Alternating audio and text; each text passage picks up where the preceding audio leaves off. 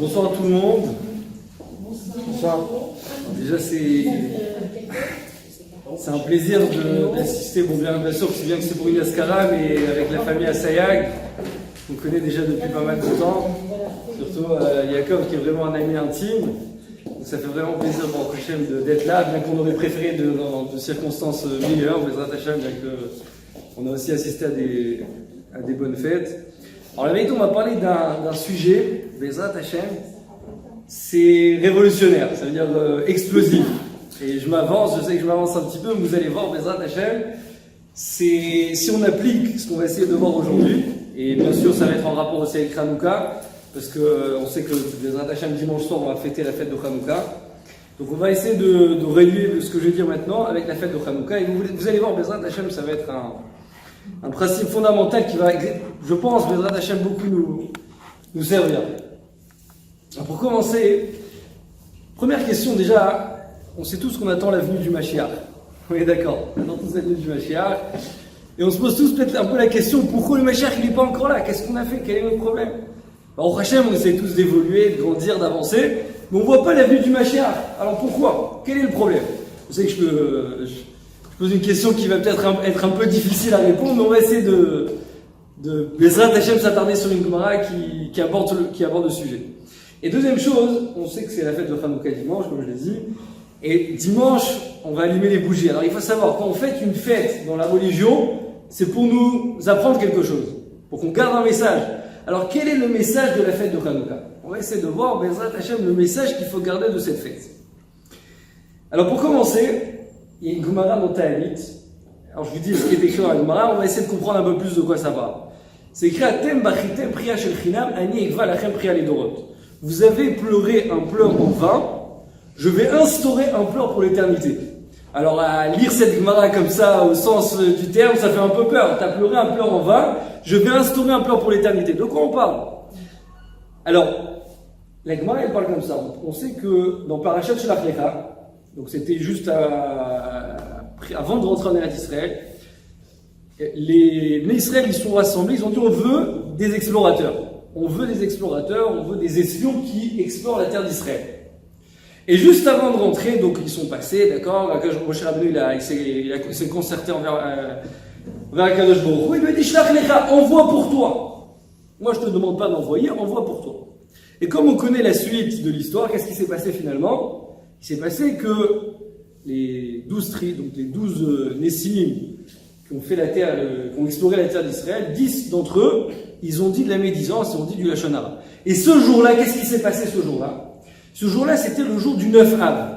Donc le jour du 9 Av, le jour de la première destruction ainsi que la deuxième du Beth Amikdash, c'est ce jour où ils sont revenus, ils ont assemblé tout le Ham Israël devant eux, et ils ont commencé comme ça à pleurer.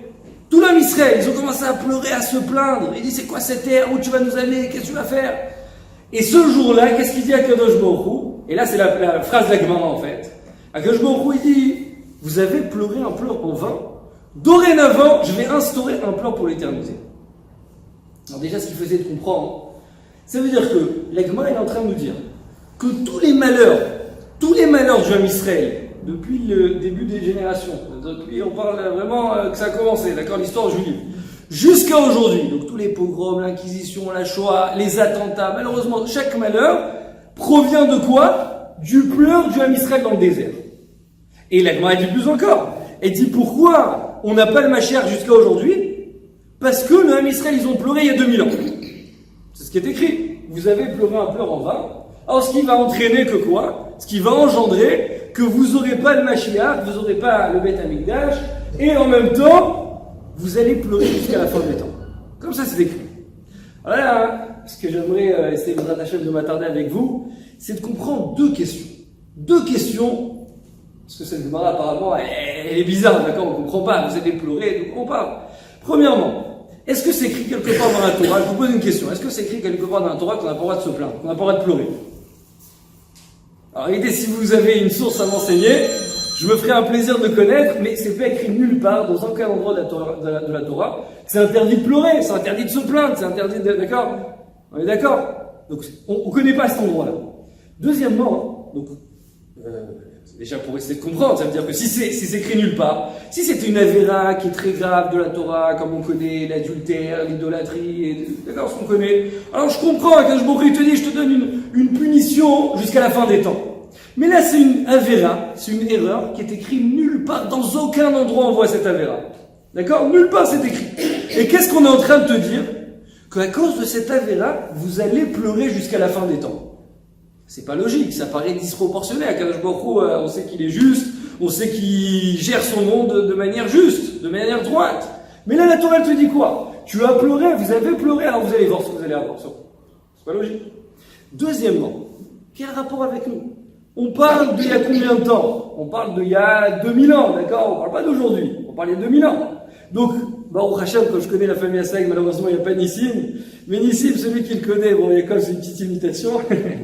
Mais celui qui le connaît, il est joyeux, il rigole, et la famille Assayag, Baruch Hashem, on les connaît. Il y a toujours la joie, Baruch Hashem. Donc, on voit personne qui est en train de pleurer, d'accord? Et on nous dit quoi? On nous dit, mais, tu sais quoi? Il y a tes ancêtres qui ont pleuré il y a 2000 ans. Alors, toi, jusqu'à aujourd'hui, tu vas continuer à pleurer.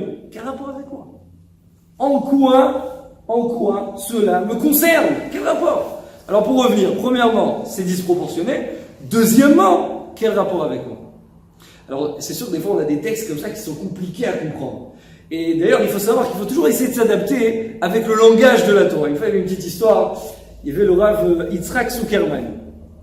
C'est quelqu'un qui faisait des allers-retours avec la France, il enseignait je crois dans les yeshivas de Pavé. Il comprenait pas un mot de français. Rien.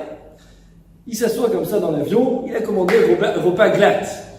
Il commande au repas glatt, on lui amène comme on sait, repas glatt, on est servi toujours en premier, il arrive, il le sert. Il a un Chinois à côté du sentier, ouais, parce qu'aujourd'hui vous allez là-bas, c'est des Chinois. Un Chinois du sentier à côté, il lui fait bon appétit, ouais, bon appétit. Bon, très bien. Il commence à manger et tout. Peut-être une demi-heure après, il prend un petit fruit, le Rav, il continue, il dit bon appétit. Le Rav, qu'est-ce qu'il comprend? Il comprend pas un mot de français, le Rav. Il dit, bon, peut-être il me demande comment je m'appelle. Alors, qu'est-ce qu'il lui dit? Il lui dit Yitzhak Zuckerman. Bon, une demi-heure après, le Chinois, il le voit manger une pomme. Il lui dit comment? Il lui dit bon appétit. Alors, il lui fait Yitzhak Zuckerman. Bon. Et encore une fois, genre, je sais pas moi, encore 20 minutes après, sa femme, elle a préparé quelques petits gâteaux, il prend les gâteaux, et là, le Chinois, bon, on va dire avec toute sa politesse, bon appétit. Et là, il commence à s'énerver, le Rav, il perd patience, il dit Yitzhak Zuckerman. Et il se lève et voit l'hôtesse, il dit, mais vous m'avez mis à côté de qui dans l'avion là? Ça fait 3 fois qu'il me pose la question comment je m'appelle. Je lui ai répondu Yitzhak Zuckerman. Alors l'hôtesse, il dit, calmez-vous monsieur, mais qu'est-ce qu'il vous a dit? Il dit, bon appétit, bon appétit, bon appétit. Il dit, non, mais il t'a simplement dit, Bété Avon. Il dit, ah, purée, quelle gaffe que j'ai fait. Il dit, bon, je vais m'asseoir, je vais me faire petit à côté. Par la suite, comme on sait, après le repas glatt, arrive le repas normal. Là, le repas normal arrive, qu'est-ce qui se passe? Le Chinois, il reçoit à manger. Il reçoit à manger, et là, le Rav, pour se rattraper, il dit, bon appétit. Le Chinois, il dit, Yitzhak Zuckerman. Ça veut dire quoi? Ça veut dire qu'en fait, quand on ne connaît pas le langage de l'autre, il faut essayer de s'adapter pour essayer de comprendre ce qu'il est en train de nous dire. Donc là, on est en face avec Gumara, qui est en train de nous enseigner que tout le pleur de toutes les générations, tout ce qu'on est en train d'endurer, de subir jusqu'à aujourd'hui, c'est du fait que quoi? Qu'on a pleuré, ça fait que nos ancêtres ont pleuré il y a 2000 ans. Il faut essayer de comprendre. Alors, premièrement, je vous donne un exemple. Avant de passer à l'exemple, on sait tous, on a été mis dans ce monde, et on sait très bien qu'Akadosh Baruch Hu, il a inculqué à l'intérieur de nous le Yetzer Hara et le Yetzer Hatov. Donc la mauvaise tendance et la bonne tendance à faire du bien ou du mal. Donc on est constamment confronté entre le bien et le mal. Je vous donne un exemple bête, mais un petit exemple. Imaginez, vous allez dans la rue et vous voyez quelqu'un, il a un porte-monnaie comme ça qui est en train de dépasser derrière. Vous voyez, il y a une bonne liasse de billets de, je sais pas moi, de billets de 500 €, d'accord, derrière comme ça dans sa poche. Et lui, il est en train d'avancer. Vous êtes derrière lui. Il est en train d'avancer, vous voyez le porte-monnaie, petit à petit, il est en train de sortir de la poche, jusqu'au moment où il tombe par terre. Le porte-monnaie tombe par terre. Et là, tout de suite, vous avez quoi en tête? Est-ce que je prends le porte-monnaie, je l'enfile dans la poche, d'accord, ni vu ni connu? Ouais. Alors maintenant, quelqu'un, on va dire, il va prendre finalement le porte-monnaie. Alors, est-ce que il y a une logique à ce qu'il vient de faire? Je parle logiquement. Je ne suis pas en train de parler est-ce que c'est grave, c'est pas grave. Est-ce qu'il y a une logique? Oui, pourquoi? Parce qu'encore une fois, un homme dans sa vie, il est toujours tenté à faire du bien ou du mal. On est constamment face à des situations, je rentre chez moi, ma femme elle n'a pas fait de repas, je crie ou je reste calme. D'accord? Qu'est-ce que je fais? Donc toujours, je suis comme ça confronté à faire du bien ou du mal. Donc quelqu'un qui va faire une avéra finalement, même si encore une fois c'est très grave, il faudra qu'un jour il va le punir pour ça s'il fait pas de chouva, c'est sûr. Mais moi je pose la question, est-ce qu'on comprend ce qu'il vient de faire? Oui, pourquoi on comprend? Parce que tout simplement, qu'est-ce qu'il a fait? Il est tombé dans les mains dans l'emprise du Yetzer Hara. Je vous donne un autre exemple. Et là vous allez comprendre d'où je veux en venir. Imaginez, d'accord, une femme, elle passe avec son mari, d'accord, devant une parfumerie. Maintenant, est-ce qu'un homme, on va dire, on va commencer par les hommes, veut faire plaisir à sa femme? Tout le monde hésite là, qu'est-ce qui se passe là? Et est-ce qu'une femme veut faire plaisir à son mari? Bien sûr que non. Donc on sait que que tout le monde, généralement, un homme ou une femme, on se marie, on veut faire plaisir à l'autre, c'est normal. Alors maintenant, je passe devant une parfumerie, et là, ma femme, elle me dit, bon, je ne vais pas parler de ma femme, mais la femme, elle dit, chérie, il avait déjà un parfum de folie que j'ai senti d'une copine et tout, viens, on rentre 2 secondes dans cette parfumerie. Le mari dit, tu veux te mettre le senteur, tu veux mettre un peu de truc, et pas de problème, avec plaisir, on peut rentrer. Il rentre, elle se met, elle se fait un kiff et ils sortent. Mais non. Bon, elle est un peu dégoûtée et tout, mais bon, ils arrivent le soir. Et là, elle vient pour s'endormir sous la tête d'oreiller, qu'est-ce qu'elle voit? Elle sent que c'est un peu dur. Elle dit, qu'est-ce qui se passe? Qu'est-ce que j'ai en dessous là? Et là, elle lève le coussin, qu'est-ce qu'elle voit? Le parfum en dessous du pied. Ça vous est déjà arrivé ou pas? Je sais pas, vous l'avez déjà fait à vos femmes? C'est déjà arrivé ou pas? Je sais pas. Alors, je me pose une question. Dans un cas pareil, où quelqu'un, où un homme montre un tel signe on va dire, d'attention, d'amour envers sa femme. À votre avis, est-ce que la femme va avoir une certaine confrontation à ne pas le remercier? Est-ce qu'elle va dire, alors je le remercie pas, la vérité il a dépensé, je voulais pas qu'il dépense, non, je le remercie pas. On est d'accord que non. Pourquoi? Parce que quand quelqu'un me fait du bien, quand quelqu'un, d'accord, me donne quelque chose, alors le minimum c'est ce qu'on appelle dans la Torah, la akaratatov, avoir de la reconnaissance. Et est-ce que pour avoir de la reconnaissance, quand je vais dire merci à quelqu'un, est-ce que je vais avoir à l'intérieur de moi quelque chose qui va me dire, non mais ne dis pas merci, il faut pas que tu dises merci. Non. C'est logique, c'est inné, c'est une question de moralité. D'accord. Alors je donne un autre exemple, ça va plus parler aux hommes. Quelqu'un, on va dire, il a besoin d'une grosse somme d'argent, 20, 30, 40 000 euros, on va dire. Et il est en galère, il n'a pas cette somme. Maintenant, vous savez, quand on a vraiment besoin de cet argent, alors qu'est-ce qu'on fait? On n'a pas le choix, on appelle des amis, de la famille, d'accord? Et c'est toujours délicat de parler d'argent, c'est pas facile de parler d'argent. Alors maintenant, j'appelle un ami comme ça, et je lui dis, voilà, je t'en supplie, j'ai besoin de 30 000 euros, et si tu veux me les prêter, je vais te mettre 20 garants si tu veux. D'accord? En 2 mois, il essaie de lui dire, voilà, prête-moi cet argent. Son ami, comme ça, bien que c'était déjà compliqué de parler de ça, son ami lui dit, attends, je t'arrête tout de suite, là, de quoi tu parles? Tu veux de l'argent? Tu veux que je te prête de l'argent? Et je t'arrête tout de suite. Il dit, non seulement que je vais pas te les prêter, et il dit, mais je vais te les donner. Pourquoi je vais te les donner? Parce que la semaine d'avant, j'ai fait une très grosse affaire. Très grosse affaire. Je connais quelqu'un, j'ai voyagé à Paris, là je connais quelqu'un, il a fait ça, il a donné, je crois que c'était aussi une somme comme ça, 30 000, 40 000 euros. Et il dit, voilà, j'ai fait une très grosse affaire. Et il dit, moi je me suis promis, la première personne que je vois devant moi et qui me demande de lui faire une mitzvah, je lui donne. Et donc il lui donne cet argent. Alors moi je vous pose une question, la même chose. Est-ce que vous n'allez pas laisser ça dans les annales? Voilà, cet ami, il y a en longtemps et temps, il m'a rendu service, je le remercie. Et vous allez voir tout au long de votre vie, c'est en tête, vous allez avoir quoi? Il m'a rendu service, je le remercie, c'est normal. On est d'accord? Alors qu'est-ce qu'on voit en fait? Pour l'instant, donc qu'est-ce qu'on a vu de ces deux exemples? On a vu d'un côté que quand on parle de Yetzer Hara, Yetzer Hatov, qu'est-ce qu'on a vu?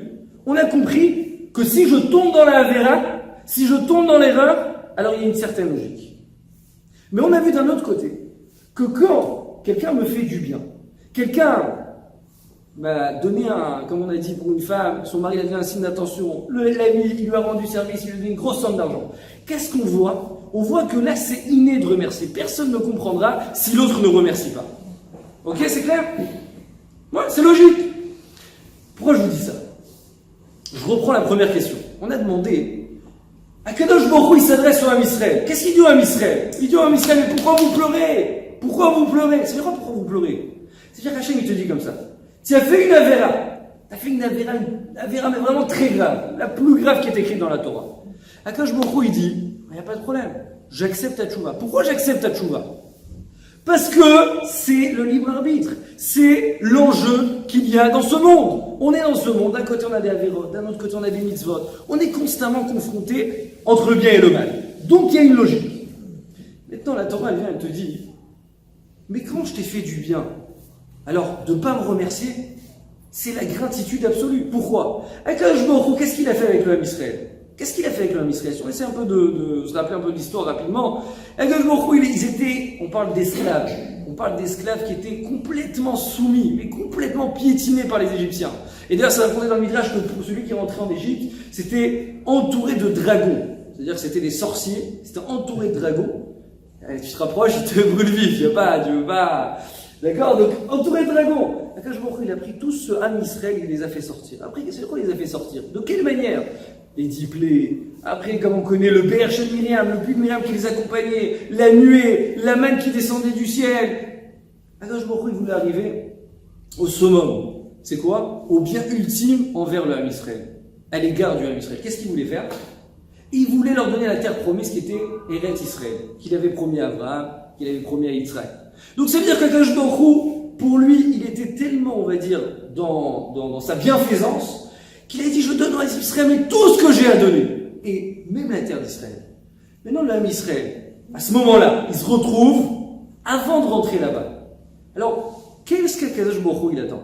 C'est quoi ce qu'il attend du Ham Israël? Le minimum, c'est quoi? Prends conscience de ce que je t'ai fait. Prends conscience de ce que je t'ai donné. Je te donne tout ça, mais prends conscience. Et là, le Ham Israël, la réaction, c'était quoi? À l'extrémité, mais complètement extrême. C'est quoi? C'est que non seulement je remercie pas, mais qu'est-ce que je vais faire? Je vais pleurer, je vais me plaindre. Parce que je me dis, tu pleures, tu te plains, c'est que tu n'as pas conscience que j'existe. C'est que tu n'as pas conscience que c'est moi qui t'ai donné tout ça. Ah, tu n'as pas conscience que c'est moi qui t'ai donné tout ça? Tu pleures! Alors, ce pleur-là, ce sera un pleur qui restera pour l'éternité. Ça veut dire que c'est la Avera la plus grave qu'un Ham Israël puisse commettre. Ça veut dire que là, c'est quelque chose de moral, c'est quelque chose d'inné, c'est quelque chose qu'on a à l'intérieur de nous. De remercier quand quelqu'un te fait du bien, c'est tout à fait normal. Alors le Ham Israël, même cette chose-là, il ne l'avait pas au temps du désert. Je me dis, vous n'avez pas ça? Ben, il n'y a pas de problème, je vous laisse de quoi pleurer.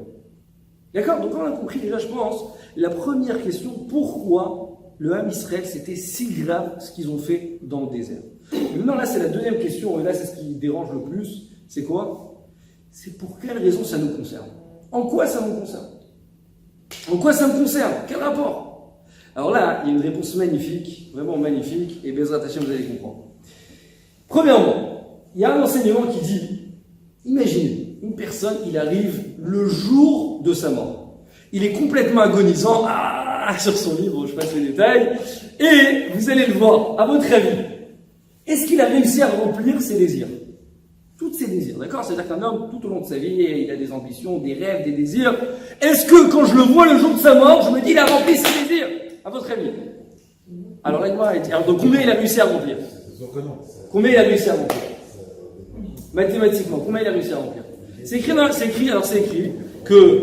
Il y a un pourcentage pour chacun, non, c'est écrit que quoi? C'est écrit comme ça. Il y a deux enseignements qui paraissent contradictoires. D'un côté, c'est écrit, j'ai 100, combien je veux? 200. Donc combien j'ai dans la poche? 100. Donc combien j'ai réussi à remplir de désirs? 100. La moitié. Mais d'un autre côté, c'est écrit, Enadamet vechetita avatobiado. Ça veut dire qu'un homme n'arrive jamais à atteindre même pas la moitié de ses désirs. Donc il faut comprendre. Est-ce que j'ai 100? Ou est-ce que j'ai la moitié, ou est-ce que j'ai moins que la moitié? Je parle mathématiquement. J'ai la moitié ou moins que la moitié? Une fois tu me dis tu as la moitié, une fois tu me dis que tu as moins que la moitié. Alors décide-toi, qu'est-ce que j'ai dans les mains? Vous comprenez? À votre avis, il y a une réponse ou pas? La réponse elle est très simple, mais elle est magnifique. C'est qu'en fait comme ça. On va donner plusieurs exemples. On commence par les femmes ou par les hommes? Alors, on va dire combien de temps, d'accord, ceux qui sont mariés connaissent, je pense qu'il y a que des hommes mariés. David, pour bientôt, combien de temps ça met à une femme pour se préparer à un mariage? Je parle pas de la cala, je parle pas le jour même, je parle psychologiquement, moralement, d'accord, choisir sa robe, le maquillage, la coiffeuse, voilà, toute la panoplie. Combien de temps ça prend? Alors, ça dépend des femmes, mais ça peut prendre entre 3 et 6 mois, d'accord, à peu près. Donc, entre 3 et 6 mois, à peu près, on va dire, pour une femme. Mais non, la femme, elle arrive le soir du mariage, elle est sur son 31, d'accord, comme il faut. Elle arrive le soir du mariage, et là, qu'est-ce qui se passe en face d'elle? Elle voit sa belle-sœur, elle la voit comme ça avec une robe, on va donner un exemple bête, Christian Dior, dernier cri. Elle dit, mais comment elle a pu me faire une chose pareille? Comment c'est possible d'arriver comme ça avec une robe? Elle voulait me faire la honte. Alors qu'elle, ça lui a mis 6 mois à se préparer. Ça lui a mis, d'accord? Elle dit, mais elle voit sa belle-sœur qui a une robe qui est un peu mieux que la sienne. Qu'est-ce qui se passe à ce moment-là dans sa tête? Qu'est-ce qu'elle ressent? Elle ressent qu'elle a plus rien. Elle ressent qu'elle a acheté une robe à Tati, à Barbès, alors que non, quel rapport? T'as une belle robe, t'as ce qu'il faut. Mais non, puisque l'autre, elle est un peu mieux que moi, j'ai plus rien. Vous comprenez ce que je veux dire? On te rend un autre exemple.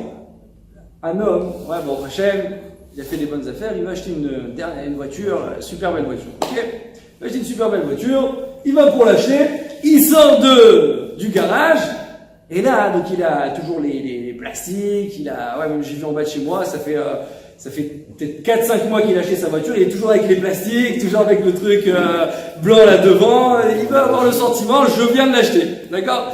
Donc le mec qui vient d'acheter sa voiture, il sort comme ça, il vient au feu rouge. Il arrive au feu rouge et il voit son voisin de palier avec, on va dire, je sais pas, peu importe la marque, la même marque de voiture, le modèle au-dessus. Qu'est-ce qu'il ressent au même moment? Il se ressent en trottinette électrique devant le feu rouge. Ouais, il se ressent en trottinette, en vélo électrique devant le feu rouge. Mais quel rapport? Quel rapport? Bah, au Hachem t'a donné une super voiture, alors il est un peu mieux que toi. Ça m'arrive. C'est arrivé, Donc il est un peu mieux que toi. Et alors, pour ça, tu vas ressentir que tu n'as plus rien. Alors en fait, ça veut dire quoi? Où je veux en venir? La Gemara, elle nous dit comme ça. C'est quoi comment coordonner ces deux enseignements? C'est très simple. Hachem, il te dit, dans ce monde, tu vas peut-être mathématiquement arriver à la moitié de tes désirs. Comme on a dit au début, Yesh lo mané, rotse matai. Donc tu vas réussir à remplir la moitié de tes désirs. Seulement quoi? La Gemara, elle te dit, mais puisque ton imagination, donc les illusions que tu vas pouvoir te faire vont te laisser croire que même la moitié tu n'as pas. Je sais pas si vous voyez ce que je veux dire. Ça veut dire que j'ai la moitié. Mais comme ma pensée, elle est tellement puissante que je vais me dire, mais non, mais j'ai rien. Alors que c'est faux. Je vous donne un exemple très simple. Quelqu'un, par exemple, il achète le dernier fauteuil en cuir italien, ok, tout ce qu'il faut, d'accord, tout ce qu'il faut comme il faut. Il va chez son voisin, il voit à peu près le même fauteuil, un peu plus grand. Il s'assoit là-bas, il dit, il est bien ce fauteuil, là, il rentre chez lui, il se rassoit sur son fauteuil, il a l'impression d'être sur un tabouret. D'accord, un tabouret en train de s'asseoir. Pourquoi? Parce qu'il dit, l'autre il est un peu mieux, moi j'ai plus rien. Alors c'est ce que la Gemara te dit. Le fait que toi, tu as la moitié, c'est vrai. Mais dans ta pensée, tu es en train de te dire que tu n'as plus rien. Ça veut dire que la moitié, tu l'as. Mais ton imagination te laisse croire que tu n'as plus rien. En 2 mots, qu'est-ce que je veux dire? C'est que constamment, on est en train de se plaindre sur ce qu'on n'a pas. Ça veut dire que tout au long de notre vie, on regarde toujours ce que l'autre a et ce que moi je n'ai pas. Alors je vous donne une petite histoire sympathique. Si on veut 10 millions d'euros, on aura la moitié. Il faut vraiment les vouloir, non? Il y avait une fois une belle-mère. Il faut toujours qu'on arrive aux belles-mères, finalement. Il y avait une fois une belle-mère, elle avait 3 jambes. C'est une personne très aisée. Elle avait 3 jambes et elle voulait les tester. Elle se plaignait toujours de ses jambes, il m'aime pas. Elle voulait les tester. Elle dit un jour je vais les tester, je vais voir celui qui m'aime vraiment. Qu'est-ce qu'elle fait? Elle prend un premier genre, elle se dit je vais me balader à côté de lui, je vais me balader dans un fleuve à côté de lui. Elle prend son gendre comme ça, elle commence à discuter, des trucs. Elle arrive devant le fleuve, et là, elle fait genre une manipulation qu'elle est en train de se noyer dans le fleuve. Et là, elle veut voir la réaction, est-ce qu'il va se nous sauver ou pas? Et là, le premier genre, il dit, bon, ma belle-mère, je ne vais pas la laisser. Oh, puis il la sort du fleuve. Très bien. Le lendemain matin, il reçoit devant chez lui, dernière Audi A7, tout ce que vous voulez, d'accord? Des ballons, des cœurs, avec écrit en grand, de ta chère belle-mère, tu m'as sauvé la vie, merci, t'en suis reconnaissant, Oh, tout content, bon, Rachel, il a sa voiture. Le lendemain, elle refait la même scène avec qui? Le même scénario, avec le deuxième. Le premier a passé le test, on va le deuxième. Et voilà, le deuxième, toujours, elle arrive comme ça, tac, tac, elle m'a dit que ça, elle tombe dans le fleuve. Le deuxième, il avait un peu plus de mal, c'est un nouveau costume, je vais le salir pour ma belle-mère, mais bon, qu'est-ce qu'on va faire? Il tombe dans le fleuve, il vient, il la sauve, qu'est-ce qui se passe finalement? Le lendemain matin, BMW, ballon, tata, mon cher beau-fils, tu m'as sauvé la vie, je t'en suis reconnaissant. Très bien. Le dernier jour, troisième jour, là, elle avait un peu plus de tension avec lui, elle s'est dit, bon, les deux premiers ont passé, pourquoi pas le troisième? Il passe avec le troisième, et là, qu'est-ce qui se passe? Elle tombe dans le fleuve, alors là, le troisième, il regarde à droite, à gauche, il dit, bon, il n'y a personne qui me regarde, il prend la tension du fleuve, il voit que ça va, et le courant, il est assez fort, il dit, bon, elle va pouvoir se noyer, je vois que je vais pouvoir partir, et il se sauve de là-bas. Il se sauve de là-bas, la belle-mère, voilà. Le lendemain matin, il ouvre la porte, une limousine énorme devant la porte. C'est quoi cette histoire-là? Il voit des ballons, des cœurs, des trucs. Ton cher beau-père qui t'aime. En deux mots, il faut faire attention avant de se plaindre d'autrui. Alors pour continuer. Donc, on a dit que quoi? Que constamment, qu'est-ce qu'on est en train de faire? On est en train de se plaindre. C'est-à-dire qu'on est en train de se plaindre. C'est-à-dire qu'on ne regarde pas ce qu'Hachem nous a donné, on regarde ce qui nous manque. Alors maintenant, il y a une phrase vraiment qui est très puissante, et il faut la retenir cette phrase. Béhémet, il faut la retenir. Le Rav Arush, il dit comme ça, il dit, Hachem s'adresse à l'homme, et il lui dit, si tu pleures, je te donnerai de quoi pleurer. Mais si tu me remercies, je te donnerai de quoi me remercier. Encore une fois, tu pleures, je te donnerai de quoi pleurer. Tu me remercies, je te donnerai de quoi me remercier. Ça veut dire quoi? C'est-à-dire qu'en fait, quand on a commencé le cours au début, on a dit, c'est écrit dans la Gemara. Qu'est-ce qui est écrit dans la Gemara? C'est écrit dans la Gemara, vous avez pleuré un pleur en vain, qu'est-ce que je vais vous donner? Un pleur pour l'éternité. Alors on a demandé, mais quel rapport avec moi? Quel rapport avec moi? Personne qui pleure. Alors Hachem dit oui. Le fait qu'on est en train à chaque fois de voir ce que l'autre a, est-ce que moi je n'ai pas, c'est qu'en fait je suis en train de me plaindre. Je suis en train de dire à Hachem, mais tu fais pas bien ton travail, tu m'as pas donné ce qui me revient, tu t'es trompé d'adresse. Alors quand je comprends, il dit, bah très bien, tu pleures, ah bah tu continues à faire la grande du Ham Israël. Ah, tu continues à faire la grande du Ham Israël, alors tu vas encore pleurer. Vous comprenez ou pas? Tu continues, bah tu vas encore pleurer. Alors maintenant, si on veut réparer cette erreur, comment on fait? On doit le remercier. Comment on fait? On doit le remercier. Alors, vous allez me dire, bon, c'est pas toujours facile de remercier, d'accord? C'est pas toujours facile de remercier Akadosh Baruch Hu. Alors déjà, premièrement, avant de vous raconter une vraie histoire, vous allez voir une histoire magnifique. Avant de vous raconter une histoire magnifique. C'est qu'on va commencer par une petite histoire. Avant de vous raconter comment concrètement arriver à remercier Akadosh Baruch Hu. Déjà, comment essayer de savoir, comment essayer de faire en sorte que je pense que ce qu'Hachem me donne, je dois tout de suite le remercier. Il y a une histoire très sympathique comme ça. Il y avait une fois un jeune homme, il se balade comme ça dans un champ, et il voit derrière lui un pommier. Il voit comme ça un pommier, il avait faim. Qu'est-ce qu'il fait? Il se sert, il commence à prendre une pomme. Moi, ça prend une pomme, il mange, deuxième pomme, troisième pomme. Et là, tout de suite, il vient pour partir, et il voit quelqu'un derrière lui qui lui crie « Oh voleur, qu'est-ce que tu me voles mes pommes ?» Alors lui, il se retourne, il dit « Quoi, qu'est-ce que j'ai fait ?» Il dit « Ben, il est à moi ce pommier !» Ah, il dit « Je suis désolé, comment je peux faire pour réparer mon erreur? Comment je peux faire ?» Ah, il dit « Ben, j'ai une solution pour ça. J'ai une sœur. On n'arrive pas à la marier. Si tu te maries avec elle, alors, je te pardonne sur les 3 pommes. » Il dit, de quoi tu parles? Je t'ai volé 3 pommes, tu veux me refiler ta sœur, mais tu as un problème. Il dit, c'est à prendre ou à laisser. C'est où tu prends ma sœur, ou après 120 ans, c'est toi qui vas payer. Lui, c'est quelqu'un de très honnête. Il dit, moi, je vais pas revenir en guigoule à cause de 3 pommes. S'il faut se marier, ben je me marie. Alors il dit, ok, pas de problème. Il dit, mais attention, je t'arrête tout de suite. J'ai un autre frère qu'il faut qu'il soit d'accord, parce qu'on est associés sur ce pommier. Il faut qu'il soit aussi d'accord. Bon, ok, il va chez l'autre frère, il dit voilà, j'ai volé 3 pommes, truc. Il dit oui, mon frère, il m'a dit, il m'a raconté l'histoire avec notre sœur et tout, mais attention, ce qu'il a oublié de te dire, c'est que ma sœur, elle est sourd-muet. Il dit quoi? Sourd-muet? Il dit oui, elle est sourd-muet.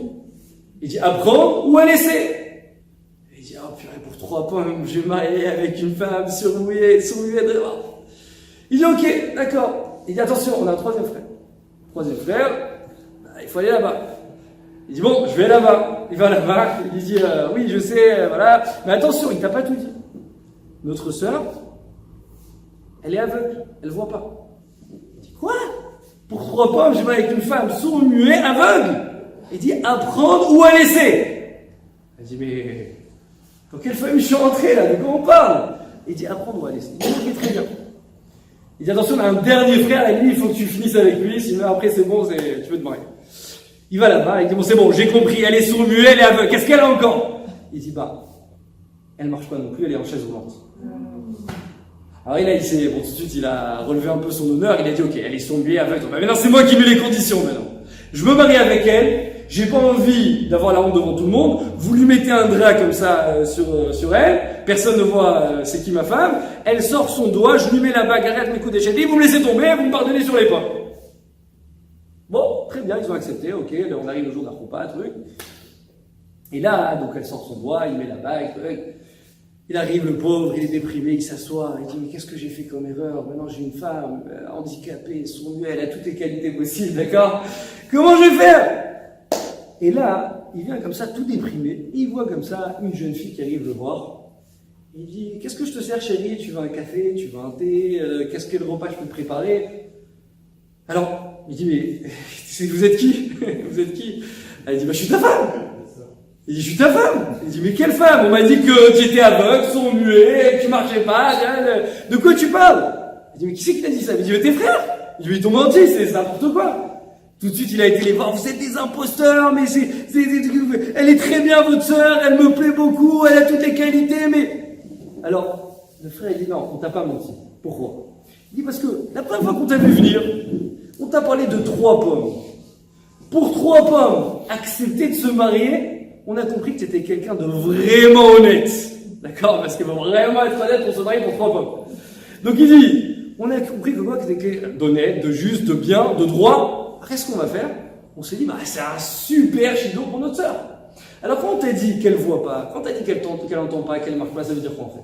Ça veut dire qu'elle voit pas ce qu'il faut pas voir. Elle entend pas ce qu'il faut pas entendre. Elle ne marche pas où il faut pas marcher. En 2 mots, elle est parfaite. Ça veut dire quoi? C'est-à-dire que lui, il pensait ne rien recevoir et il a tout eu. C'est ça la relation qu'on doit avoir avec Akadosh Baruch Hu. La relation qu'on doit avoir avec Hachem, c'est qu'en fait, on doit se dire je démarre à 0. J'ai le compte à 0. Ça veut dire quoi? On va dire comme ça, quelqu'un qui n'a pas de femme et qui a une femme, je veux se dire, mais c'est un cadeau du ciel. Quelqu'un qui n'a pas d'enfant et qui reçoit des enfants, c'est un cadeau du ciel. Quelqu'un qui n'a pas d'argent, il reçoit d'argent. Vous comprenez? C'est pas, je suis censé avoir de l'argent, des enfants, une femme, une famille, un tout. Il va faire vraiment sa liste à ne plus en finir. Et chaque fois qu'il manque quelque chose, tout de suite il va lever les yeux vers le ciel. Mais tu m'as pas donné tout ça. Hachem te dit non. Toi, qu'est-ce que tu dois te dire? Tu dois te dire que tu n'es rien censé recevoir. Tu n'es rien censé recevoir. La santé, la famille, les enfants, tout ça, tu n'es pas censé recevoir. Ah, Hachem, il te l'a donné finalement. C'est-à-dire quoi, il te l'a donné? Alors tout de suite, tu dois être reconnaissant. C'est comme ça qu'on doit penser. C'est comme ça qu'on doit penser.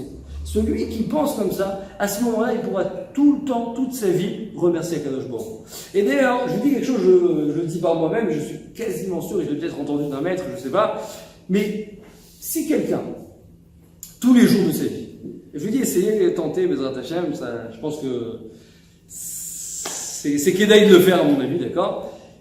Si tous les matins, je me lève, on va dire, d'accord? Avec mes propres mots, je dis à Kadosh Baruch Hu, merci pour le cœur que tu m'as donné, merci pour les intestins, pour l'estomac, d'accord? Je remercie Hachem dans les détails sur ma santé. Je sais qu'il y a quelqu'un récemment que je connais, il a fêté son anniversaire, je crois que c'était ses 70 ans, il a voulu compter, il a voulu faire le calcul du nombre de fois que son cœur a dû battre pour qu'il reste en vie jusqu'à 70 ans. Ne le faites pas, c'est stressant, je vous rassure, ne le faites pas. Mais en tout cas, il est arrivé à un nombre énorme. que son cœur a eu besoin de battre pour qu'il reste en vie jusqu'aujourd'hui. Alors en 2 mots, si quelqu'un tous les jours, avec ses propres mots, il dit à Kadosh Baruch Hu, merci, mais sincèrement, encore une fois, sincèrement, il dit à Hachem, merci pour ce que tu m'as donné. Alors je peux vous assurer qu'Akadosh Baruch Hu, il te dit, bah t'as compris que la santé vient de moi. T'as compris que c'est moi qui t'a donné ta santé, alors j'ai plus rien à t'enlever. Parce qu'à quel moment Hachem, il te dit, bah, tu n'as pas compris que j'existe. C'est quand tu te plains. Quand tu te plains, Hachem, il te dit, bah, tu comprends pas que je suis là, tu comprends pas que je suis présent. Hachem, il dit, tu comprends pas que je suis présent.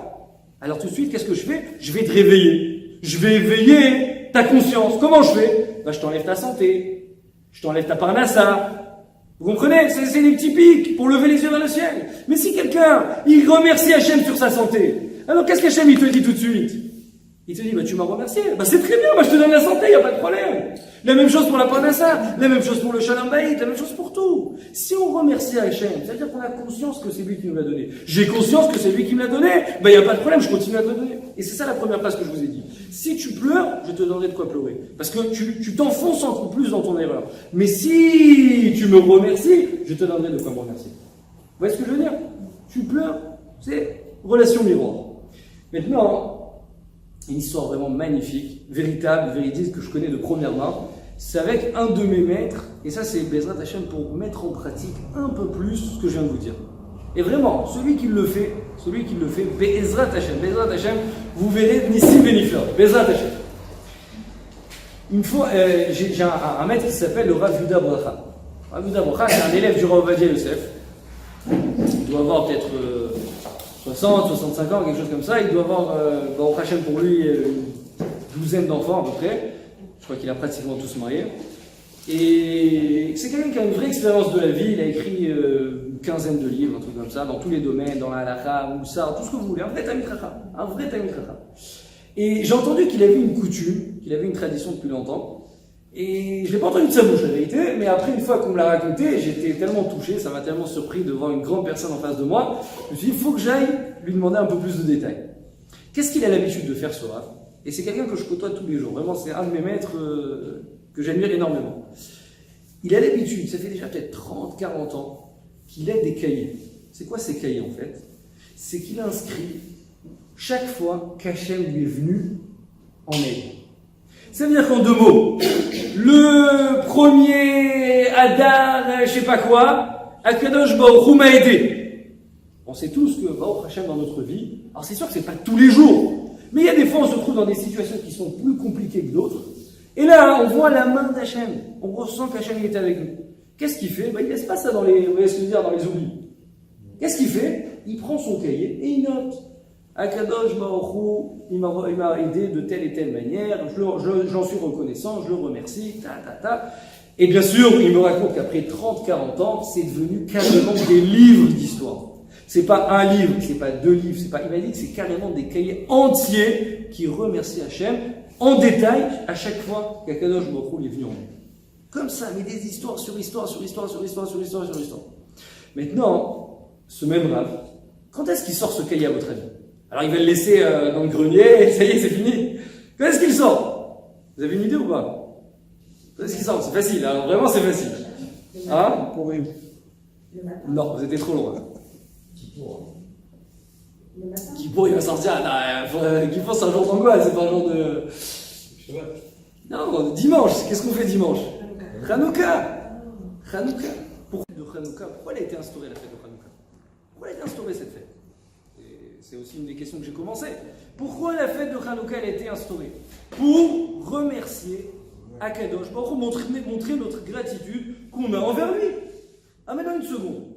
Quand je te demande de remercier Hachem à Hanouka, si je te demandais de le remercier sur les miracles qui ont eu lieu il y a, Baruch Hachem, je sais pas moi, plus de 1000 années, d'accord? Alors, ça va être facile de le faire? Non. On n'a pas vécu là-bas, on ne sait pas ce qui s'est passé, on n'a rien ressenti, on n'a pas ressenti l'oppressement, on n'a rien ressenti. Donc encore une fois, quand je te demande de remercier sur quelque chose que tu n'as pas vécu, alors c'est presque impossible.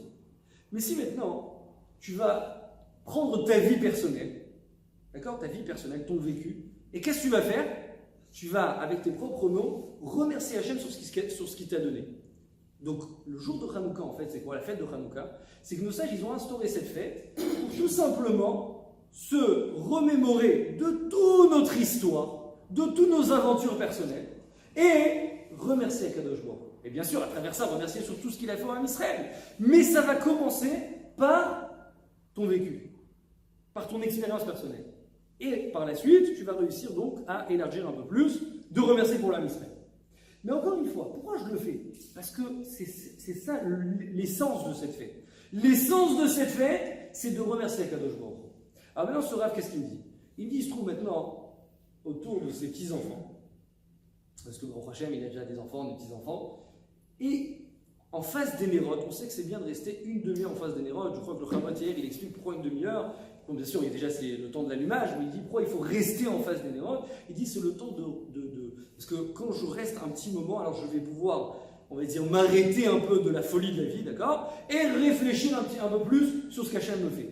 Et donc là, à ce moment-là, qu'est-ce qu'il dit le Chabad hier? Il faut remercier Hachem. Alors lui, qu'est-ce qu'il dit? Je prends mes petits-enfants. Je sors mes cahiers et je remercie Akadosh Baruch Hu sur chaque histoire. Ça veut dire qu'il va prendre un cahier, il va dire voilà, il y a telle et telle année, j'avais tel et tel problème, j'avais tel et tel truc, et je me venu en aide, venez remercier Hachem. Et là, tout le monde ensemble, merci Akadosh Baruch Hu, merci Hachem, merci Hachem, merci Hachem. Et quelqu'un que je connais, je ne vous parle pas d'une histoire qu'on m'a racontée, que j'ai lue dans un livre. Je vois quelqu'un qui est vivant, qui est parmi nous, que Hachem lui donne longue vie, Hachem. Mais en tout cas, cet homme-là, qu'est-ce qu'il nous montre par là? Il nous montre que quand tu remercies Akadosh Baruch Hu, alors c'est en fait, tu as compris le but de l'existence. Et maintenant, il m'a expliqué un peu, parce que j'étais lui poser la question, je lui ai dit, maître, mais qu'est-ce que vous gagnez vraiment en faisant ça? Il m'a dit deux choses. Il m'a dit, premièrement, des fois je me retrouve, il dit comme ça, dans la vie, on a tous malheureusement des épreuves. On a des épreuves. Alors des fois, la femme d'Israël, quand on a une épreuve, qu'est-ce qu'on fait? C'est quoi la réaction tout de suite? J'appelle Allo Rav Torah Box, ou ligne de thérapie, ou ligne de je sais pas quoi. Pourquoi? Donnez-moi des conseils, comment je fais pour m'en sortir? Mais quand le Rav, quand la personne qui est en face, il va me donner des conseils, et bon, tu me parles de contes de fées, tu me parles d'histoire d'il y a 10 000 ans, je te parle maintenant, qu'est-ce que je fais? Alors le Rav, il me dit quoi? Il me dit, mais moi, qu'est-ce que je fais? Je prends ce cahier, et à l'intérieur de ce cahier, c'est écrit toute ma vie, et je vois combien de fois j'ai eu des histoires qui étaient bien pires que celle-ci. Combien de fois? Et regarde, je suis toujours là. Regarde comment Hachem m'a aidé. Regarde Hachem ce qu'il m'a fait. Regarde ce qu'Hachem m'a donné. Regarde ce qu'Hachem m'a... Donc, tout de suite, ça me redonne de la confiance en moi. Tout de suite, ça me donne de la confiance en moi. Je me dis, mais Hachem, il est avec moi, il ne m'oublie pas, il m'accompagne. Et donc, quand je me dis cette chose-là, alors quoi? Qu'est-ce qui va se passer finalement? Il va se passer que cette épreuve, je la surmonte comme rien. Et deuxièmement, il m'a dit, en général, dans une journée, du matin jusqu'au soir, d'accord? Du matin jusqu'au soir. Il suffit qu'une fois dans la journée, on vous a fait un salut. Une fois. Par exemple, je travaille dans un peu importe où, et là, il y a le patron, d'accord? Il parle mal, on va dire, à son employé, à cette femme, d'accord? Alors là, qu'est-ce qui va se passer? Qu'est-ce qui va se passer? On va appeler cette journée une journée noire. À cause d'une fois, une petite histoire que j'ai eue dans la journée, je vais appeler une journée noire. Cette journée, ça y est, elle est cuite. Alors que quoi? Alors que si tu analyses un peu toute la journée du matin jusqu'au soir, tu te rends compte que par rapport à tout ce qui t'a fait Hachem, ça c'est un petit bébé, c'est rien du tout. Ça veut dire quoi? Il m'a dit que moi, quand j'ai ces cahiers en face de moi, alors j'apprends ce qu'on appelle à positiver ma journée, à positiver mon moi, ma vie. Pourquoi? Parce que du matin jusqu'au soir, j'essaye de trouver de quoi marquer dans mon cahier. J'essaye de trouver où Hachem il est présent dans ce monde. Et donc en fait, peu importe les épreuves qu'il m'envoie dans la journée, peu importe ce qu'il me fait, qu'est-ce que je fais finalement avec Hachem? Qu'est-ce que je lui dis? Mais c'est rien ça! Pourquoi? Parce que regarde tout ce que tu m'as donné en contrepartie. Vous comprenez? Donc le Rav il me dit comme ça, il me dit deux choses. Premièrement, toutes les épreuves, c'est facile à surmonter. Et deuxièmement, tout au long de ma vie, vraiment tout au long de ma vie, qu'est-ce que je fais? Je fais une chose. Apprendre à regarder le bon côté de la vie, d'un bon œil. D'un bon œil. Ça veut dire que je fais en sorte que je positive ma vie. Et comme ça, il me dit, si je le connais, c'est quelqu'un de toujours joyeux, toujours content. Et encore une fois, c'est facile à dire, c'est pas facile à faire. C'est sûr que d'avoir un cahier, c'est vraiment un exercice, on va dire pratique, d'accord? C'est pas facile, mais c'est faisable. Et celui qui le fait, je peux vous assurer, c'est sûr que des fois ça tient à 6 mois, 1 an, mais c'est pas grave. Ce que j'arrive à faire, je peux vous assurer qu'après, vous verrez Bezrat Hachem les fruits de ses efforts. Maintenant, je ne sais pas si vous avez remarqué, mais dans la religion juive, on a toujours l'habitude à nous, en fait, depuis tout petit, on a appris ça, en tout cas moi, comme ça j'ai appris, et je pense que c'est une grosse erreur, que tu as n'importe quel problème, qu'est-ce que tu dois faire? Prends ton télim, pleurer. Ah, il y a lui qui est malade, vas-y pleure. Ah, t'as ça, vas-y pleure. On a l'impression qu'on a été mis dans ce monde pour quoi faire? Pour pleurer. Pour pleurer. Hachem, il nous a créés juifs, alors t'es juif, ah pleure. T'es juif, alors pleure. Mais quel rapport? Parce que je suis juif, je dois pleurer. J'aurais préféré d'être... Non. Alors quoi, comment ça marche? Comment ça marche? Pourquoi d'un côté, on nous dit, prends ton télim, pleure, prends ton télim, fais... Pourquoi? Quel rapport? Parce qu'en fait, je pense que en fait, la clé de la réussite et ce qu'Hachem attend de nous, c'est en fait ce que je viens de vous expliquer dans cette démarche. Akadosh Baruch Hu, en fait, il nous a mis dans ce monde. Lui, ce qu'il attend de nous, c'est quoi? C'est qu'on soit joyeux, qu'on danse avec lui, qu'on ait le sourire bien large, qu'on rigole, qu'on soit content. C'est ce qu'Hachem il attend. Hachem il attend, sois content, sois joyeux. C'est ça ce qu'il attend de nous. Seulement quoi? Comme on ne fait pas la part des choses, c'est-à-dire qu'on ne fait pas la part des choses, on est en train de se plaindre, on est en train de pleurer. Hachem il te dit, bah tu pleures, tu te plains, alors pleure encore. Mais tu n'es pas là pour pleurer, tu es là pour remercier, tu es là pour te réjouir, tu es là pour danser, pour chanter. Et on voit ça. On voit ça de la paracha qu'on vient de dire. Dans la paracha de Vaishla. Pourquoi? C'est écrit que quand le malach il s'est battu avec, comment il s'appelle? Avec Yaakov. Voilà, c'était normal que tu le savais. Hein. Avec Yaakov. Alors, avant de partir, qu'est-ce qu'il lui a dit à Yaakov Avinu? Qu'est-ce qu'il a dit? Vas-y, continue. Qu'est-ce qu'il a dit alors? Il a dit quoi? Il a dit bénis-moi. Bénis-moi. C'est quoi la bénédiction qu'il lui a fait le malach? Israël. Et il a dit dorénavant, tu ne vas plus t'appeler Yaakov. Comment tu vas t'appeler? Israël. Alors je vous pose une question. En quoi le fait de changement de prénom, c'est considéré comme une bénédiction? En quoi de passer de Yaakov à Israël, alors qu'est-ce qu'on appelle ça? Une bénédiction. Quel rapport? Quel rapport le fait de changer de prénom, c'est une bénédiction? C'est une bonne question, non? Pourquoi quand je change de prénom, alors ça s'appelle une bénédiction? Surtout de Yaakov à Israël. Quel rapport? Alors c'est un enseignement aussi du Rav Arush que j'ai vu une fois. Il dit, on sait qu'Yaakov c'était quoi? C'était la dispute avec Esav. Ouais, il a attrapé sur son talon. Le malach il dit, c'est fini les disputes. Laisse les disputes de côté, laisse les pleurs, laisse les malheurs, laisse les déprimes, les dépressions, laisse ça de côté. Aujourd'hui, tu vas plus t'appeler Yaakov, tu vas t'appeler comment? Israël. C'est quoi Israël? Yashir Ken. Qu'à partir d'aujourd'hui, c'est quoi ta avodat Hashem? C'est que tu vas chanter avec Hashem. Tu vas chanter avec Hashem. Ça veut dire battre, c'est battre avec Hashem. Ouais, c'est vrai que c'est Rachid qui explique comme ça. T'as raison. J'ai vu le panier Matora. Non, mais c'est pas. Encore une fois, ça contredit pas. Ça contredit pas. Parce que c'est sûr que même si on chante, on danse, il y a quand même la vie. Mais ça change pas. Il faut l'apprendre de la manière positive. Donc si je prends la manière positive, à ce moment-là, qu'est-ce qu'il y a?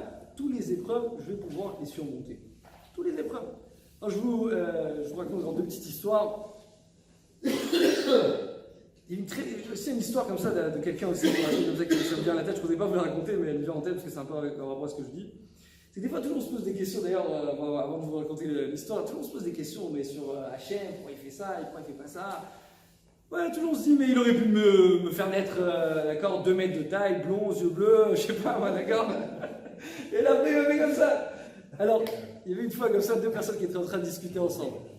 2 personnes. Et là, il regardait comme ça dans la nature, il voit des colombes. Il dit, mais pourquoi Akashmochi, il a mis à ces colombes des ailes?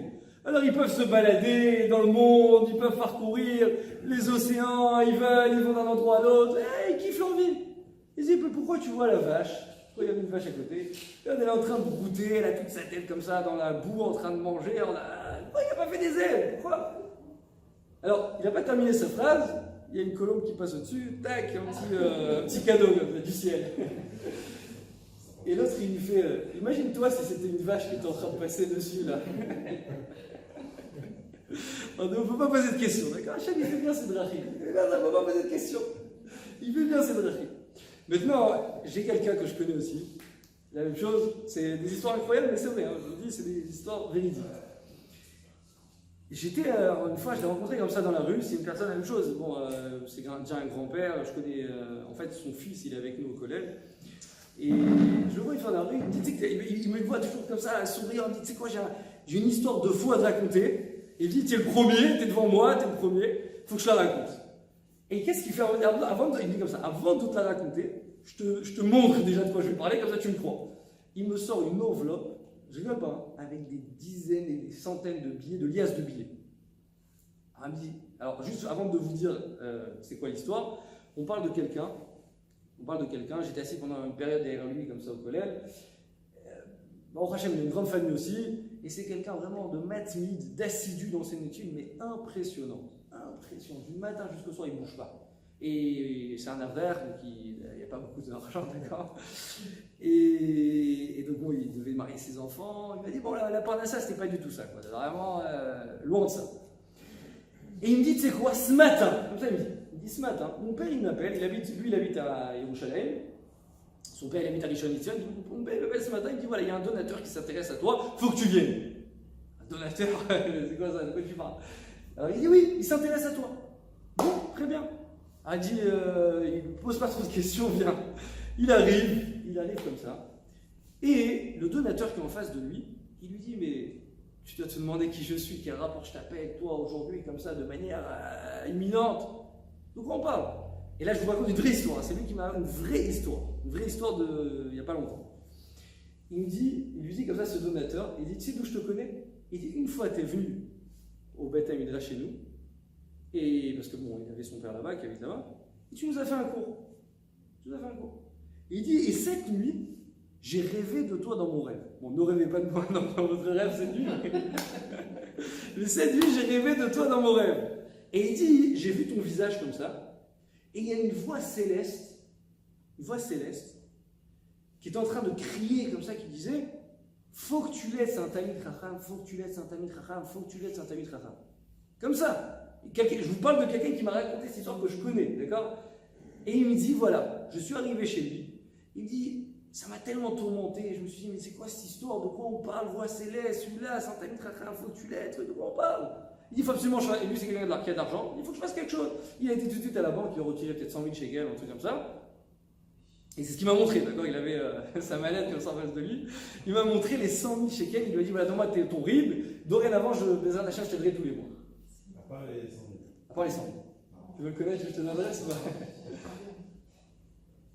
Mais ça ne se termine pas là. Hein.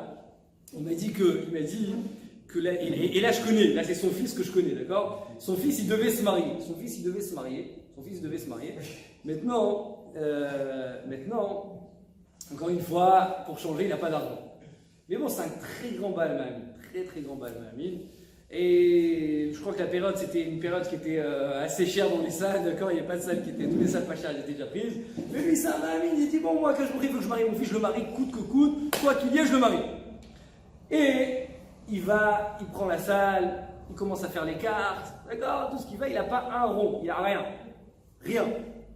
Mais non, il me dit, il arrive à genre 3 semaines du mariage, 1 mois du mariage, et il vient pour partager les cartes. Il dit, j'espère qu'il y aura de quoi manger ce soir-là, mais bon, on n'a pas le choix. Il partage les cartes comme ça, et là il rencontre un Argentin, un ami à lui. Il dit, voilà, tiens, il y a le mariage de mon fils, tiens, voilà la carte, il y a le mariage de mon fils. Mais non, l'Argentin, il regarde la date. C'est quoi, c'est impressionnant. Il dit, on m'a appelé d'Argentine, parce que bon, c'est quelqu'un qui ramasse l'argent souvent, on m'a appelé d'Argentine, et c'est un donateur qui va se marier pendant ces dates, et il m'a demandé de trouver 7 mariages à financer. Pourquoi? Parce qu'il dit, moi je vais me marier, je veux avoir la bracha, je veux pas être le seul à me réjouir, je veux que chaque soir de mes festivités, il y ait aussi une famille démunie que je vais financer, donc trouve-moi cette mariage. Moi je vais trouver cette mariage, je vais trouver ça. Il dit, bah voilà, t'es le premier que bon, Hachem m'a mis sur mon chemin, donne-moi ton adresse, Bezrat Hachem, voilà. Il m'a dit la semaine d'après, il reçoit la totalité des dépenses du mariage. Quelqu'un que je connais, d'accord, quelqu'un que je connais. Alors même chose, il m'a dit quoi? Il m'a dit, mais Hachem, il aurait pu me donner cet argent plus facilement. Comment il va faire à Kadosh Baruch Hu? Comment il va faire? Bah, très simplement, il me donne un travail, il me donne un cours à faire, je sais pas quand, ou un donateur que je connais déjà depuis longtemps, avant que je suis dans la galère d'argent. Il me donne ce donateur, et à Kadosh Baruch Hu, qu'est-ce qu'il fait Hachem? Eh ben, il me donne cet argent tous les mois, j'ai mon argent qui tombe tous les mois, je suis tranquille. Elle dit non, Hachem il n'a pas fait ça. Qu'est-ce qu'il a fait? Il a fait d'abord, il m'a mis bien dans l'abîme, d'accord, bien au fond de l'abîme, que je suis vraiment en train de me noyer. Et là, à ce moment-là, Hachem il te dit, ben voilà, je te donne maintenant un donateur qui va te sauver. Alors il dit, qu'est-ce qu'Hachem il a voulu montrer par là? C'est quoi le message d'Hachem? C'est qu'il a voulu me dire, je suis avec toi, je ne te lâche pas, je t'accompagne. C'est-à-dire que s'il ne m'avait pas fait de manière comme ça surprenante, miraculeuse, alors en fait, j'aurais qui vient laisser tomber de côté à Kadosh Baruch Hu. Parce qu'il faut savoir, quelqu'un qui par exemple il a les 15 000 ou 20 000 euros par mois qui lui tombent dans son compte, il peut dire j'ai confiance en Hachem, mais il a confiance en son compte, il n'a pas confiance en Hachem. Alors Kadosh Baruch Hu, il a dit quoi? Il a dit voilà, lui qu'est-ce que je vais faire? Je vais faire en sorte qu'il n'a plus rien, je vais tout lui enlever. La seule chose que je vais lui laisser, c'est quoi? C'est quoi? C'est sa émuna. Sa émuna, sa croyance. Ah, il a sa croyance, tu la gardes bien comme il faut. Et bien tu vas voir que je suis avec toi. Et je te délivre de manière miraculeuse. Il faut savoir que c'est l'histoire de tous les jours. C'est-à-dire que si on s'en rend compte, même par rapport à nous, je ne parle pas maintenant de grands sages, je ne parle pas de trucs, je parle de personnes normalement constituées, d'accord? Si on se rend compte des bienfaits d'Hachem, on arrive à prendre conscience que c'est de manière constante, du matin jusqu'au soir. Et c'est ça le message en fait de Hanouka. Le message de Hanouka, c'est quoi? Le message de Hanouka, c'est en fait de se dire que Akadosh Baruch Hu m'a mis dans ce monde. Akadosh Baruch Hu, il veut pas que je pleure. Akadosh Baruch Hu, il veut que je sois joyeux. Il veut que je le remercie. Il veut que je pense à lui. C'est ce qu'Hachem attend de moi. C'est tout. Alors tu fais la part des choses. Tu, en même temps, répares l'erreur du Ham Israël, comme on a dit au début, quand ils sont sortis du désert. On répare déjà cette erreur, déjà premièrement. Deuxièmement, qu'est-ce qu'on est en train de faire? On est en train de vivre avec Hachem. On est en train de vivre avec Akadosh Baruch Hu. Alors, jusqu'à quelle heure c'est prévu? Je ne sais pas la vérité. C'est un traçat. La Tratza. Oui, franchement, bon, je viens de revenir de France là, il y a une semaine. On a fait une tournée on a fait peut-être une dizaine de cours. Il y a de quoi dire, ne vous inquiétez pas, je suis encore là. Encore un petit Alors, il y a eu une fois comme ça une histoire, alors une très belle histoire que j'ai vue là maintenant, là, juste avant de venir, avec le Rav Steinman. Le Rav Steinman, parce que comme c'est Saïdoula, je crois, aujourd'hui, demain, c'est Saïdoula. Et on a tous entendu parler de Tzatzava, de Tzatzava, de son testament. Et là-bas, on a vu les qualités qu'il avait, et cette humilité, c'était impressionnant. Et il y avait une histoire comme ça, une fois, quelqu'un il vient le voir, il lui dit, il a un conflit avec sa femme. C'est quoi le conflit? C'est quoi le conflit avec sa femme? C'est qu'il dit, je veux acheter, c'est quelqu'un qui a de l'argent, je veux acheter une très très très belle voiture. Une très belle voiture. Mais ma femme, elle a peur de la haine. C'est une Tunisienne, comme ça, d'accord, elle a peur de la haine. Elle a peur de la haine. Alors il dit, mais non, je viens demander au Rav, est-ce que c'est vrai? Est-ce que je ne dois m'abstenir d'acheter cette voiture? C'est quoi la réponse du Rav, à votre avis? Elle lui dit, parle-moi un peu de ta vie, qu'est-ce que tu fais? Alors lui, il commence à lui dire, j'ai 10 sociétés, avec je ne sais pas combien d'employés, avec attaque.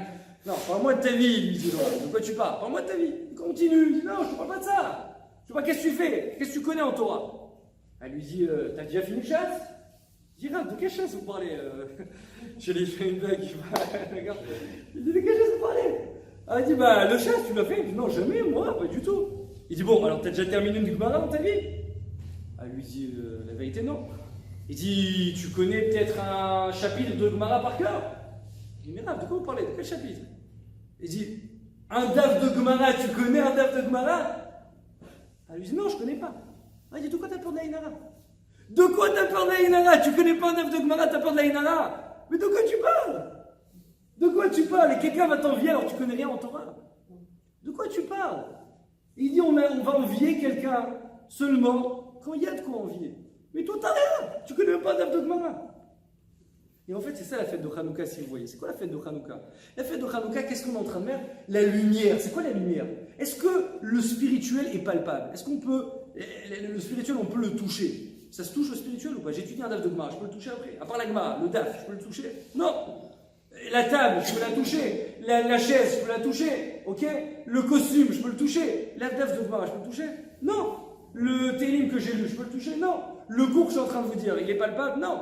Le spirituel, c'est quelque chose qui ne se touche pas. La lumière, c'est entièrement spirituel. Parce qu'il n'y a pas comment on appelle ça, de matériel. Vous Vous comprenez? On touche rien en fait, ça se brûle, il n'y a plus rien. La Torah elle vient te dire que toute cette lumière qu'on met à Hanouka de partout dans toutes les maisons d'Israël, c'est en fait pour t'apprendre une chose, pour t'apprendre que tu es là pour éclairer ta vie. Et comment t'éclaires ta vie? En donnant la spiritualité. En donnant la spiritualité, si tu n'as pas la spiritualité, bah, tu n'as rien dans ta vie. Tu n'as rien, il n'y a pas besoin de t'envier. Alors, mais des fois tu rencontres des gens, et je vous dis, bon, Hachem, après avoir tourné comme ça, j'étais avec un autre grave. Et les gens, il y en a qui ont Hachem, il y en a qui ont de l'argent, il y en a moins, il y en a plus. Vous savez combien de célibataires j'ai rencontrés là quand j'étais à Paris? On a fait des cours, il n'y avait que des célibataires. Vraiment, il y en avait des fois des cours, mais des dizaines et des dizaines de personnes, que des célibataires. 35, 40, 45.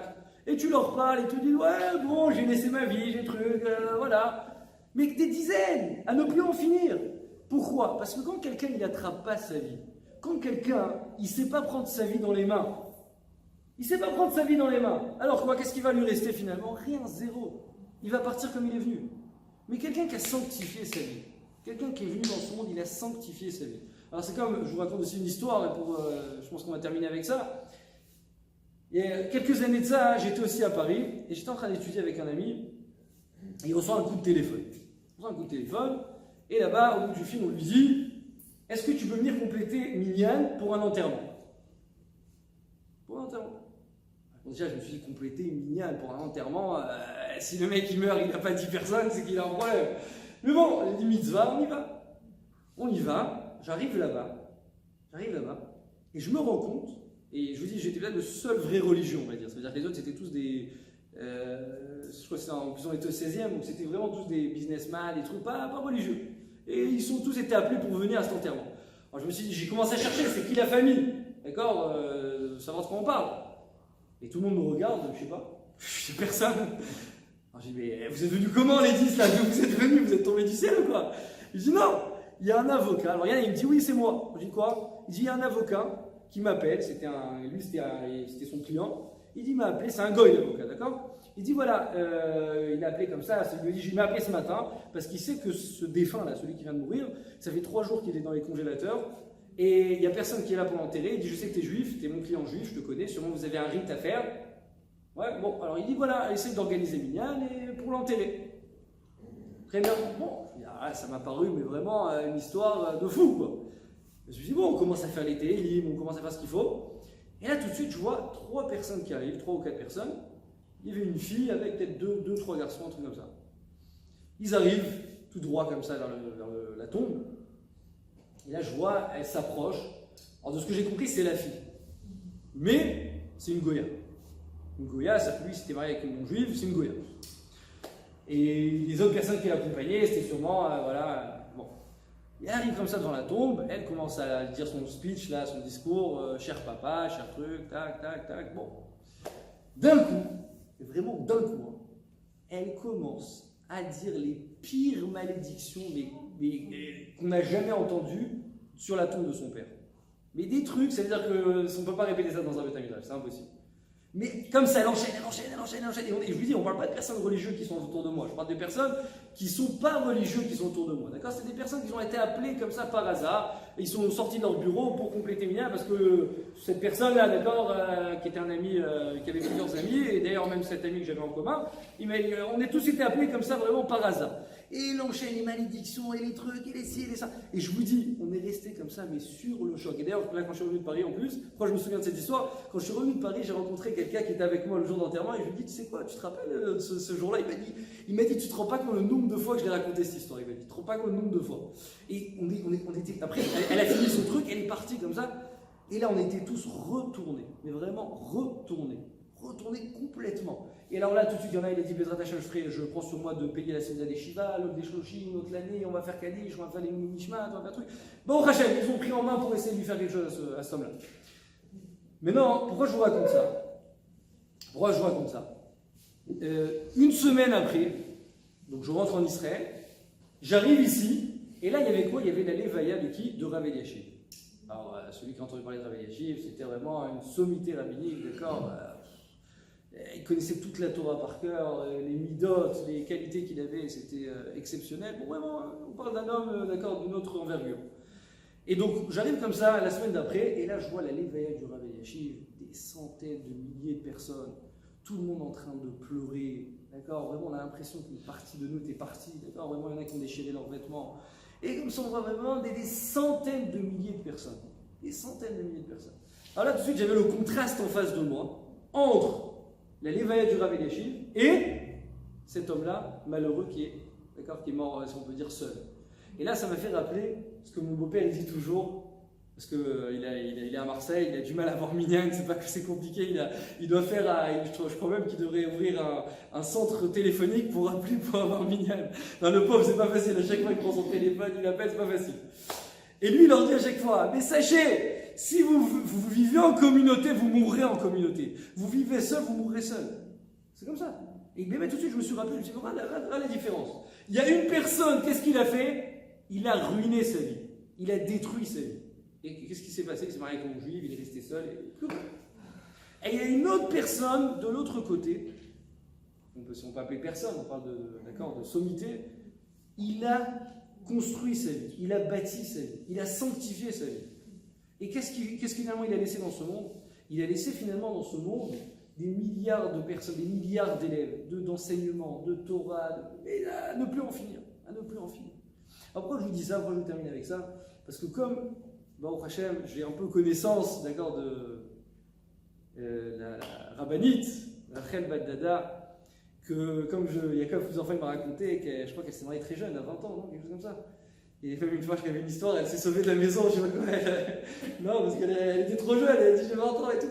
Mais après, quand elle a grandi, elle aurait dit à leur enfant, vous savez ce que c'est la Torah? Elle s'est mariée avec un mari uniquement pour la Torah. Alors qu'il avait combien d'années de plus? 25 ans de plus, uniquement pour la Torah. Qui sait aujourd'hui, quelle femme aujourd'hui aurait été capable de se marier comme ça avec quelqu'un que pour la Torah? Parce que c'était le Dayan de Meknes. Donc on parle d'une femme qui a consacré sa vie entièrement pour la Torah. Et Baruch Hashem, on voit les fruits qu'elle a récoltés. Je pense que Baruch Hashem, cette union qu'il y a dans la famille Assayag et la Torah qu'il y a dans la famille Assayag, ils sont toujours là pour les premiers, pour chaque fois qu'il y a une mitzvah, chaque fois qu'il y a quoi que ce soit, ils sont toujours là à respecter, à vouloir, à avancer. Combien de Bnei Torah Baruch Hashem il y a, et combien d'études de Torah. Et jusqu'à aujourd'hui, Baruch Hashem, j'ai la possibilité, la chance et le mérite d'étudier avec mon ami Yaakov. Donc on voit que quand quelqu'un il construit sa vie, c'est pas je le construis comment on appelle ça, de manière éphémère, d'accord, temporaire. Quand je construis ma vie, je le construis pour l'éternité. Quand je construis ma vie, c'est pas pour moi, c'est pour moi, pour mes enfants, pour mes petits-enfants, pour mes petits-enfants jusqu'à la fin des temps. Et ça veut dire que vous allez dire, elle est plus de ce monde. Mais non, parce qu'à chaque fois que je parle d'un enseignement ou même ma conduite, mon éducation, finalement c'est quoi? C'est ce qu'elle a inculqué à l'intérieur de moi. Parce que on n'est pas tout seul, d'accord? On a grandi, Baruch Hashem, on a une mère, un père. Donc à chaque fois qu'on grandit, c'est pas seul. Il y a eu un travail qui s'est produit derrière. Et donc là, je pense que ce soit, c'est la preuve, voilà, irréfutable, que quand quelqu'un vraiment, il sanctifie sa vie pour la Torah, alors c'est ce qui lui reste. Pour vraiment vous terminer, vous connaissez un petit peu Torah Box, d'accord? Vous connaissez un petit peu Torah Box, je pense. Bon, Hachem, j'ai la chance, le mérite de participer un petit peu à ce qu'ils font. Alors, ils me demandent à chaque fois à la fin du cours de proposer celui qui veut, celui qui peut. Alors, il faut savoir qu'on voit toutes les vidéos sur Torah Box, d'accord? Les vidéos Rizouk du jour, En chemin, Darka et tout ce que vous connaissez, d'accord? Mais il faut savoir que ça ne se limite pas à ça. Ça ne se limite pas du tout à ça. Pourquoi? Parce que derrière tout ça, il y a des milliards de questions qui arrivent tous les jours. Et ça à ne plus en finir. Des questions tous les jours de personnes qui sont dans le malheur, dans la détresse et qui nous en aident. Alors en fait, Torah Box, qu'est-ce qu'ils ont fait? Ils ont attiré tout ce monde vers eux. C'est vraiment tous les juifs de partout. C'est impressionnant. Je vous dis, en France, Torah Box, il n'y a personne qui ne connaît pas. Ça n'existe pas une personne qui ne connaît pas Torah Box. Aujourd'hui, ça n'existe pas. Vraiment. Donc ils ont attiré tout ce monde vers eux. Et maintenant, une fois que tu les attires, malheureusement, ça attire les problèmes aussi. Donc il y a tout le monde qui va. Alors je vous dis, moi-même, il n'y a pas plus d'un mois et jusqu'à aujourd'hui, ça continue. Et voilà. Je suis obligé de vous dire ça pour vous montrer un petit peu des fois où le Ham Israël se situe aujourd'hui. Bon, au Hachem, il y a aussi de la Torah, mais pour vous montrer une fille que je connais un petit peu, vraiment, ça veut dire elle est tombée au plus profond de profond. Et je parle d'une fille juive qui était même un jour dans un séminaire, parce que malheureusement, elle est restée comme ça dans la nature, on va dire. Elle a été avec un arabe musulman, noir, qui est marié avec 4 enfants, et elle est enceinte de lui de 6 mois. Elle a fait, voilà, le pire de chez pire. Alors maintenant, elle appelle Torah Box, elle appelle. Déjà, elle voulait savoir si elle a le droit d'avorter, mais en plus de ça, elle n'arrive pas à le lâcher. Elle n'arrive pas à le lâcher. Et des histoires comme ça, on en a tous les jours. Voilà, on était à Créteil, comme je vous ai dit la semaine dernière. Il y a une juive, à la fin du cours, elle vient vers moi. Elle me dit, je peux vous parler 2 minutes? Je lui dis, avec plaisir. Elle me montre son portable, elle me montre 3 noirs. Je lui dis, oui. Elle me dit, bah, c'est mes enfants. Je vous parle d'une fille juive, d'accord, pas une noire. Elle me dit, voilà, 3 noirs, c'est mes enfants. J'ai fait une erreur, j'étais avec lui. Et maintenant, voilà, j'ai du mal à rentrer dans les écoles avec mes enfants, avec mes trucs. Elle dit, voilà, cette année, c'est le premier kippour que j'ai fait de ma vie, grâce à Torah Box, que j'ai connu un peu la Torah. Et je vous dis, ça, j'ai quelques histoires que je vous raconte. Donc, je peux passer des nuits entières à vous raconter des histoires là-bas qu'on voit comme ça à Torah Box, ça ne peut plus en finir. Mais le problème qui s'est passé avec Torah Box, malheureusement, c'est que, heureusement d'un côté, mais c'est qu'ils n'ont pas les moyens aujourd'hui de mettre assez de personnes pour répondre à toutes ces questions. Donc, qu'est-ce qu'ils ont fait? Ils ont créé comme ça un très grand collège, où là-bas, il y a ces personnes qui sont formées, parce qu'il faut savoir, il n'y a pas tout le monde qui est toujours capable de tout répondre à toutes questions, donc c'est sûr qu'on peut aider de temps en temps, et bon, il y a des personnes qui sont au-dessus de nous, on peut se concerter, on peut prendre conseil, mais en tout cas, ils étaient obligés de créer cette chose-là pour arriver à ça. C'est-à-dire, vous allez voir, dans les semaines à venir, Torah Box, ils vont, je pense, créer Torah Box 2, je ne sais pas s'ils permettent que je le dise, mais bon, comme ça va se publier, ça va être en fait, carrément, ils vont permettre à faire des chavrutot, des études en ligne, carrément des études en ligne, parce qu'il faut savoir qu'il y a des juifs qui sont perchés un peu partout. Donc c'est bien beau qu'ils voient des cours de Torah, mais si tu les attrapes pas en les faisant étudier tous les jours, ou une fois par semaine au moins, d'accord, de les attraper, c'est fini, tu les perds. Combien de personnes qui sont dans les facs avec des... Moi je me rappelle juste, j'ai vu une fille, là, une dentiste, elle m'a dit, je vais parler un peu de ce projet, mais il faut tout de suite, je lui donne le numéro de mes copines qui sont à Amsterdam, elles sont avec des goïms, elles sont avec des trucs. Mais c'est constamment comme ça, mais du matin jusqu'au soir. Bon, au prochain, je voudrais donner cet ustensile d'internet qu'on peut arriver un peu partout. Alors, eux, ce qu'ils proposent en fait aujourd'hui, c'est une sorte de partenariat en fait avec Torah Box. On ne parle pas de beaucoup, la vérité, c'est vraiment ce que je propose, on m'a demandé de proposer. C'est en fait de créer carrément, on sait qu'il y a Issachar et Zvouloun, d'accord, toujours, donc eux, ils travaillent dans la transparence Torah Box. Alors qu'est-ce qu'ils proposent? C'est de mettre en fait un avraire, que vous connaissez son nom, d'accord, ça vous connaissez son nom, il vous le donne, et cet avraire lui-même prend contact avec vous. Alors vous pouvez en fait le financer 1 heure ou 2 heures d'études de Torah par jour. Ça veut dire que 2 heures de Torah, ça représente en fait 360 shekels par mois, ou 1 heure de Torah, ça représente 180 shekels par mois. Mais celui qui rentre dans ce partenariat, alors premièrement déjà, il est vraiment en train d'aider le Ham Israël, et ça veut dire à 100%, parce qu'aujourd'hui, je pense que c'est vraiment ce qu'il y a aujourd'hui. Celui qui met dans Torah Box, il mise sur du sûr, d'accord? Et donc en fait, il est en train de faire un vrai partenariat avec Bezrat Hashem, cette grosse association, et donc il a de la transparence la plus totale, parce qu'il a un avraire qui est en face, qui est quelqu'un... 100%. Oui, c'est direct pour la base, c'est pour financer directement. Moi-même, j'étudie pas à Torah Box, je suis à Baruch Hashem chez Rav Ovadia Yosef, Zatzal, ou chez son fils.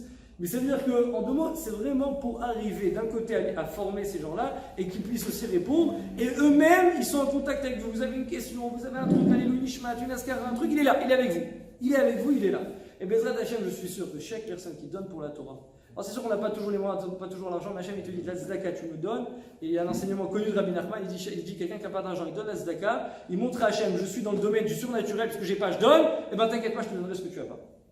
Bon, sans rentrer dans les détails, en 2 mots, il faut savoir que Bezrat Hashem, celui qui rentre dans ce partenariat, celui qui rentre dans ce partenariat, alors il aide le Ham Israël, mais je vous parle de questions de tous les jours que j'ai accès, que je vois en face de moi, qui donne envie de pleurer, vraiment ça donne des fois de déchirer le cœur. C'est pour cette raison que moi-même je suis quelqu'un qui dit, je n'aime pas venir comme ça solliciter qui que ce soit, mais comme je sais ce qu'ils font et je connais leur travail, je sais le besoin du Ham Israël, c'est pour ça que des fois à la fin de cours, ils nous demandent comme ça de proposer. Alors voilà, en fait ça consiste en... Voilà, donc c'est en fait remplir, vous pouvez même en carte bleue, déductible du maaser, de ce que vous voulez. Et après, c'est un vrai contrat, voilà, qui est ici. Vous mettez même le nom des avrichim, en fait, voilà, qui est là, d'accord? Et comme je vous dis, ils prendront contact avec vous, vous dire, voilà, vous me soutenez 1 heure, vous avez des questions, vous avez des trucs. Vous avez en tout cas une relation directe avec Torah Box. Et les livres, voilà, ils sont distribués gratuitement. Celui qui veut, il peut le prendre. C'est pas celui qui veut, prenez tous, parce que de toute façon, je vais les laisser. Donc, c'est des livres qui sont distribués de Torah Box. C'est gratuit, vous pouvez les laisser, vous pouvez les, bien sûr, et même s'il en reste, prenez en plus. Plaisir. Voilà, Kol HaKavod et Bezrat Hashem, que ça donne beaucoup de bracha à la famille Albo et à toutes les familles.